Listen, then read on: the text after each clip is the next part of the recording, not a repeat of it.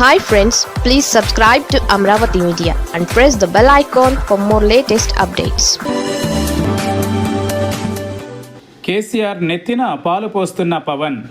తెలంగాణలో జనసేన అధినేత పవన్ కళ్యాణ్ సరికొత్తగా అడుగుపెట్టారు. హైదరాబాద్లో పార్టీ కార్యాలయాన్ని కూడా ప్రారంభించారు. తెలంగాణలో ఇకపై ఉధృతంగా రాజకీయాలు చేస్తానని ఆయన అంటున్నారు. జనసేన ఎన్నికల బరిలో నిలుస్తుందని చెప్పారు. కేరళ, కర్ణాటక, తమిళనాడు రాష్ట్రాల్లోనే విస్తరిస్తున్నామని చెబుతున్నప్పుడు సాటి తెలుగు రాష్ట్రమైన తెలంగాణలో రాజకీయం చేయడం పెద్ద విషయమేమీ కాదు. అయితే తెలంగాణలో పవన్ రాజకీయ అడుగులు వేయడం అంటే బీఆర్ఎస్ నెత్తిన పాలు పోయడమే అనే అభిప్రాయం వ్యక్తమవుతోంది. ఇదే సందర్భంలో తెలంగాణలో అధికారంలోకి రావాలని కలలు కంటున్న బీజేపీని నీట ముంచడమే, మిత్రపక్షమైన బీజేపీని రాజకీయంగా దెబ్బతీయడానికి పవన్ పరోక్షంగా దోహదం చేస్తారనే కామెంట్స్ వినిపిస్తున్నాయి. తాజాగా హైదరాబాద్లో జనసేన కార్యాలయాన్ని పవన్ ప్రారంభించడం ఎలాంటి వివాదానికి చోటు లేకుండా సాగిపోయింది. పవన్ అడుగు పెట్టడం వల్ల తమకు లాభమని బీఆర్ఎస్ నేతలకు బాగా తెలుసు. అందుకే మొదట పవన్ను తెలంగాణలో రాజకీయాల్ని సీరియస్గా చేసేలా ముగ్గులోకి దింపుతున్నారు. అసలు కథ ఎన్నికల సమయంలో ఉంటుందని బీఆర్ఎస్ నేతలకు బాగా తెలుసు. తెలంగాణకు వ్యతిరేకంగా డిప్యూటీ సీఎం పవన్ కళ్యాణ్ చేసిన ఘాటు వ్యాఖ్యల్ని బీఆర్ఎస్ అలాగే అక్కడి ప్రజా సంఘాల నాయకులు, జర్నలిస్టులు సిద్ధం చేసుకున్నారు. అదను చూసి ప్రయోగించడానికి తెలంగాణ వ్యతిరేక అస్త్రాన్ని రెడీ చేసుకున్నారనడంలో ఎలాంటి సందేహం లేదు. అయితే ఇప్పుడే పవన్పై ప్రయోగించాలని అనుకోలేదు.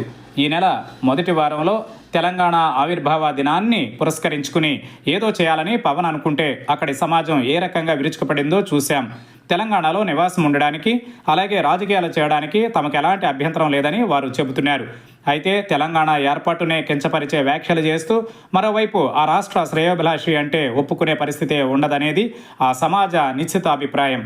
ఈ నేపథ్యంలో నిజంగా పవన్ కళ్యాణ్ తెలంగాణలో సీరియస్గా రాజకీయాలు చేయాలని అనుకుంటే మాత్రం అదంతా బీఆర్ఎస్కు ఉపయోగపడుతుంది. పవన్ కారణంగా తెలంగాణలో మరోసారి సెంటిమెంట్ రగులుతుంది. 2018లో కాంగ్రెస్తో టీడీపీ పొత్తు పెట్టుకుని అసెంబ్లీ ఎన్నికలలో పోటీ చేసింది.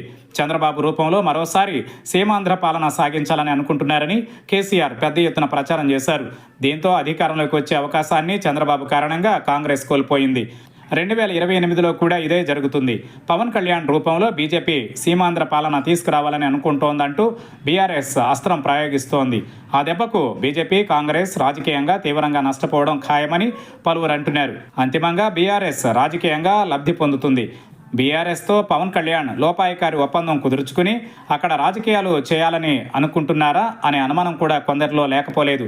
మరీ ముఖ్యంగా బీఆర్ఎస్ నేతలతో తనకు గొడవ లేదని పవన్ అంటుండడాన్ని వారు గుర్తు చేస్తున్నారు.